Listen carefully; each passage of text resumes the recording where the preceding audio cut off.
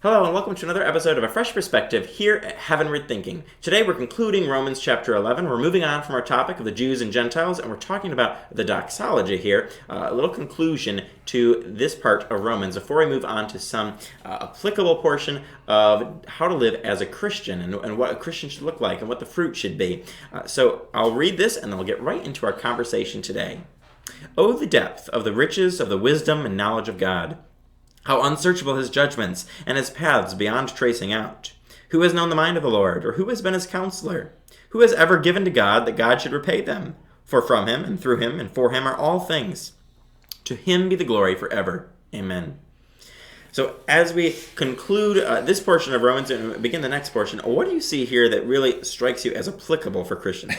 I think it's funny that Paul spent all of these chapters talking about all this stuff, and then he sums it up in a doxology, right? He sums it all up in a pretty simplistic way. Listen, there's God, there's you, right? There's nothing that you've ever done that God needs to go is like, oh, wow, I need to repay you for what you've done for me. There's nothing, that's what Paul keeps trying to get across.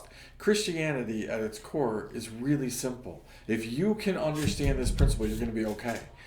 There's God, and then there's you. And there's nothing about you that's ever going to gap the distance. You're never going to raise yourself to God's level. So you can be as good as you want.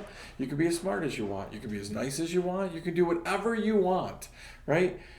You're never going to reach that goal, right? You have to have Jesus. That's it. And all Paul wants people to understand is that's the deal. God is amazing.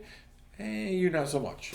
Absolutely. I think that's a great way of summing this up. I mean, he makes it pretty powerful. He gives line after line here. It's just a few verses, but he totally nails the point in here that God is amazing. He's beyond any thinking. He's beyond anything you could imagine, and his ways are so much higher than our ways.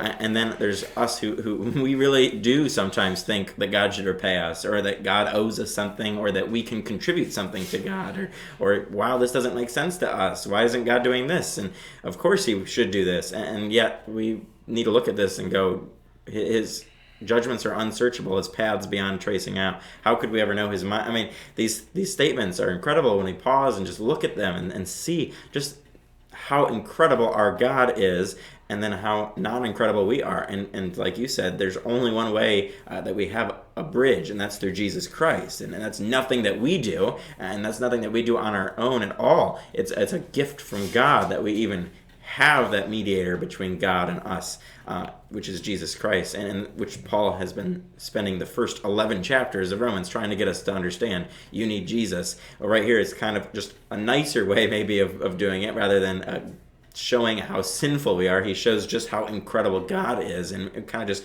ties it all up with a bow at the end of this. Or I think that's where the problem is, right? A lot of us look at the sins of others. We're constantly comparing ourselves to other people.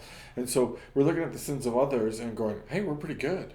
Like, hey, we got this, right? There's in comparison to this person, I'm really good, right? So again, it goes back to the Abrahamic thing, right? I kind of like that. The Abraham thing, right? Which is God couldn't swear on anybody equal to him or better than him, so he swore on himself, right? And so we look at this and say, God is constantly, right, reminding us, here's where I am, here's where you are. Like, you don't get to look at his judgments, and you don't get to say anything about it because they're perfect, right? You don't get to say anything about his ways. You don't get to say anything about anything. And I love the fact that he outright says, listen, you're stupid in comparison to me. I'm not looking for your counsel. So when you walk around saying, why, I don't have to entertain that. Is that not, I mean, we look at that verse and we go back to Job, and we look at the book of Job, and how many questions did Job ask, and how many questions did God answer? Oh, none. Because he said, listen, why don't you answer a few of my questions, and then I'll be glad to answer your questions. Nothing's changed. God's the same yesterday, today, and forever. So the next time you want to ask a question, God's like, sure, all right, go ahead. But you answer a few of mine first, right? Show me how wise you are. Show me that I should have to take your counsel and take into consideration before I do things. How arrogant are we that we really think God should consult us before he moves and does something on our behalf? Absolutely. Yeah, we have that tendency where we think that God owes us something, that he needs us or something like that. And I love how you brought up Job. I've actually been reading through that in my daily readings recently, and it is striking every time I go back to it, just to see how many questions that Job brings, before God, and just how many things he tries to say, how great he is, and all these things, and how innocent he is, and then God just gives him question after question after question that he can't possibly answer or fathom. Then he responds and realizes that he's nothing compared to God. And it gives us that object lesson. Yet we look at Job and we go, well, that's all well and good, but I'm better, or, I know things. And we don't. If Job, who was this great righteous man, if he couldn't stand before God and answer the questions God was asking him, and then he realized he was nothing, then we're the same way, just like Paul does here. He clearly understood that he was nothing. I mean, he calls himself the worst of sinners that Christ died for. And when we look at this and then we try to say that we're something, or that God owes us answers to things, or that God should do things differently, or that our ways would be best, how, like you said, how crazy arrogant we are when we do that. We need to just humble ourselves, as Scripture tries to remind us time after time again, humble ourselves before the Lord and understand that His ways are not our ways. They're much higher. We're never going to be able to understand it because God is infinitely greater than we are, and He is beyond our comprehension in His ways. So I think this passage just really points us to who God is in a really profound way, if we'll just let it sink in and stop trying to come up with excuses of why we shouldn't listen to the common sense of this passage. I think we have this tendency to continually be making God personable, relatable to people, right? And that's great, right? God can relate to you. He's personable. Jesus was very personable. However, we never, ever lose sight of the fact that God is still God, right? And that's what Paul is saying is, listen, you can go through this whole thing. You can read the first 11, or you can listen to me right now tell you that God is great and you are not. And you need God, right? Again, the end game here is to get to God. Like, we want an eternal destination. We need to be heavenward thinking. And in order to do that, you got to realize who God is. There's a reason why He's in heaven and you're not. Right? I mean, like, there's a bunch of common sense here that said, like, we go to work every day and we complain about our boss and we think we could do a better job and we do all of those things. But there's a reason why our boss is the boss and we're not. Right? And it's the same thing with God. Right? It doesn't matter if our boss comes down on the floor of where we work and he works with us, or she works with us and she helps us and does all these things. At the end of the day, they're still our boss. And we have to be able to figure out both sides of that. How do I walk and talk with God, and He's my God?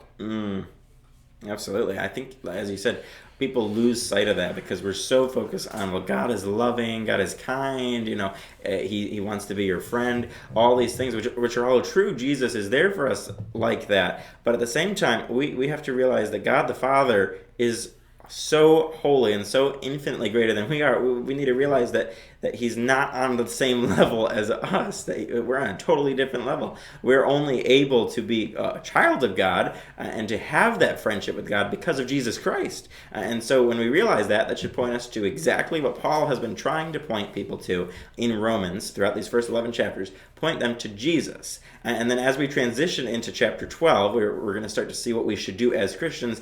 We can only really apply those things once we realize who God is, once we realize who we need to be and who we need, which is Jesus Christ. And then only then can we move on to chapter 12 and realize this is the type of things that I need to do as a Christian. This is how I'm supposed to live. This is how I live out my faith. But we need to make sure that we have an understanding of who God is first. And that's why he spends so many chapters talking about it.